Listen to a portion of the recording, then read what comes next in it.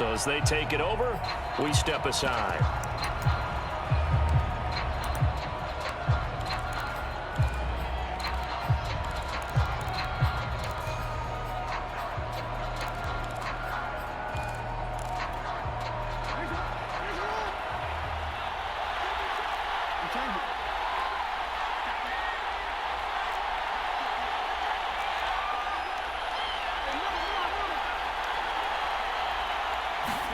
They're going on fourth down. It's Jackson.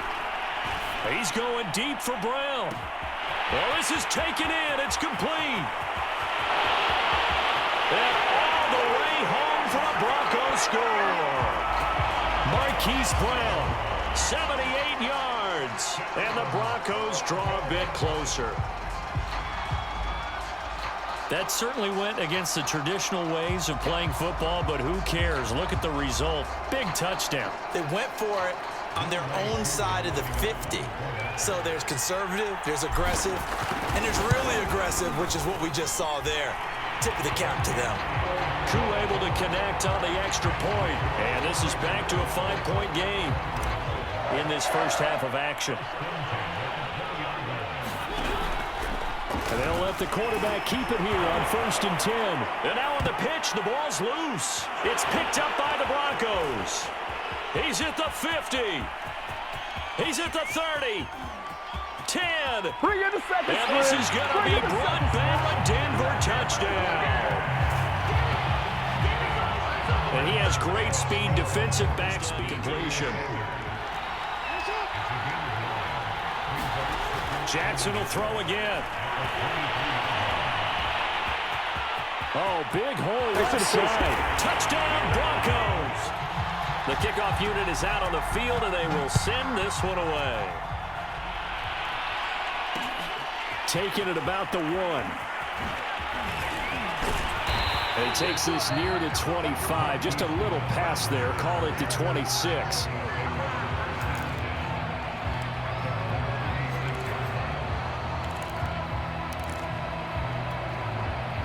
The Broncos onto the field, ready to start their next drive.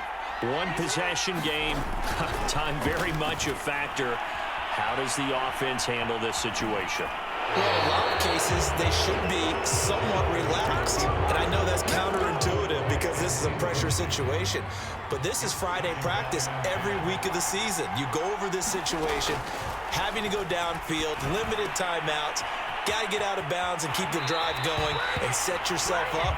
Defensively, you can't just lay back and let them do whatever they want. So it is a cat and mouse deal here. How much pressure will the defense bring and how much pressure can the offense handle? We're going to find out. Here's Jackson. Oh, not sure he saw the linebacker there as that's batted down and incomplete. That means it's just one last chance left, and this has to be a first down or a touchdown, or this game's over. Down 7, and they've got to go for it here on 4th down. Here we go. It's Jackson on 4th down. Flushed out right. That's caught by Pitts. And some room to work. And he is finally out of bounds, but not before taking it down inside the 30. A big play there on 4th and 2. So on 4th down, a big-time completion. And the defense, they've got to be shaking their heads right now. Not only shaking their heads, but understand that they committed one of those cardinal sins that they say they can't do at any time. They committed an eye violation, had their eyes in one place, and allowed the deep ball behind them. Sliding out of the pocket. And down he goes, taking it inside the 10, just shy of the 5 at the 6. And here come the whistles and a timeout with 7 seconds left. A looming decision to make on the conversion, down 7, but first things first, they need to score as they come up on 1st and goal. Being chased out left. And he is across and in for the score. And now they can tie the game in the final stages with the extra point. Or they can go for 2 and go for the win. Yes, sir, that touchdown puts them in striking distance. And let me tell you something, forget being conservative here. Go for it, go for 2. Wow, going for it on the road. Want to win it right now. Want to win it right now, have the momentum, go ahead and get it done. Don't forget the extra point. It's up and good at the 23.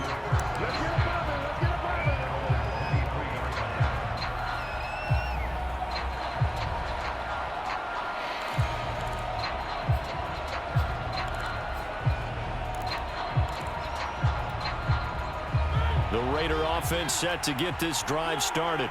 They control their own destiny here. They have the football in overtime. Obviously, a touchdown would win it. And I think teams around the league are still adjusting to the idea of, oh, and it's intercepted. Picked off by Pat Surtain.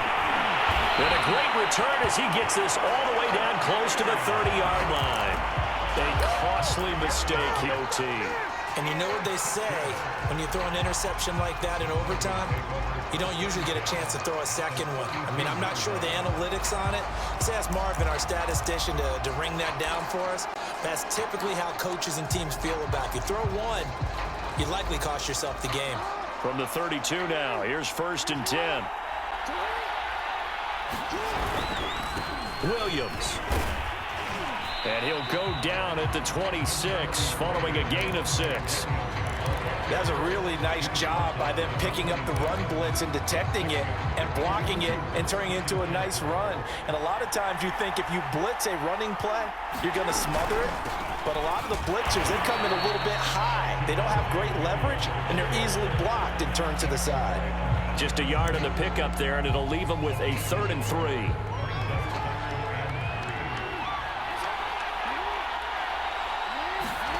Now what can Jackson do here in overtime? Dancing to his left. And he will slide to a stop. He does have the 1st down. When they watch film of this game and hand out the grade sheets, he's going to really like getting a double plus on this play. Why? He scrambles and picks up a 1st down. But what else does he do? Protects himself by sliding and avoiding the big hit. Double plus, big-time play. And he'll take it from the 18 to the 15. A gain of 3. And that carry probably not so much for yardage, just to get the spot that you want to kick the field goal. And any yardage game there is really kind of gravy, and this just becomes what my old coach used to say, get into position to be in position. And that's what they want, the right spot for their kicker to line up the field goal. They're going to run this with a tight end. And able to get him down, but he does reach the 5.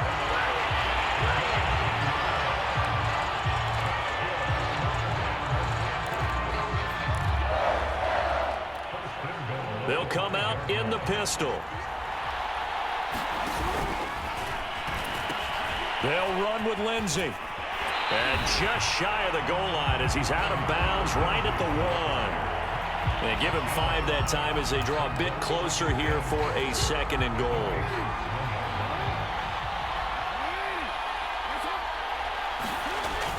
A run now with a tight end Fant. And he's not going to push his way forward. He's going to be stopped at the 2-yard line. They're held again, and do we have a goal line stand brewing? It's 3rd and goal.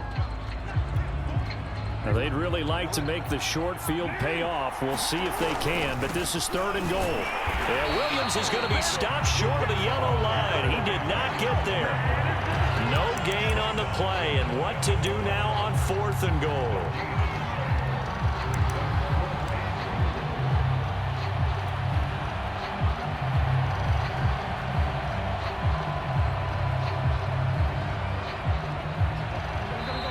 Now on 4th and inches, they're going to want to talk this over. We get a timeout. They'll be down to just 1 remaining as we step aside here in overtime.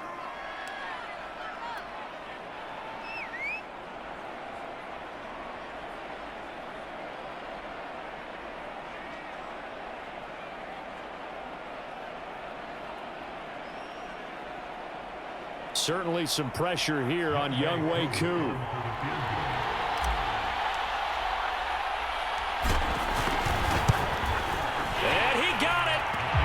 Kick is good in overtime. He's able to split the uprights. And with that, they will move out in front by 3.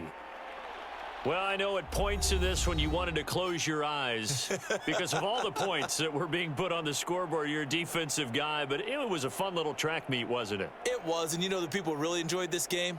They're the ones that like going to batting practice at the Major League Baseball parks, right? Seeing the 14-11 game, that sort of deal. That's right up their alley with what we saw in the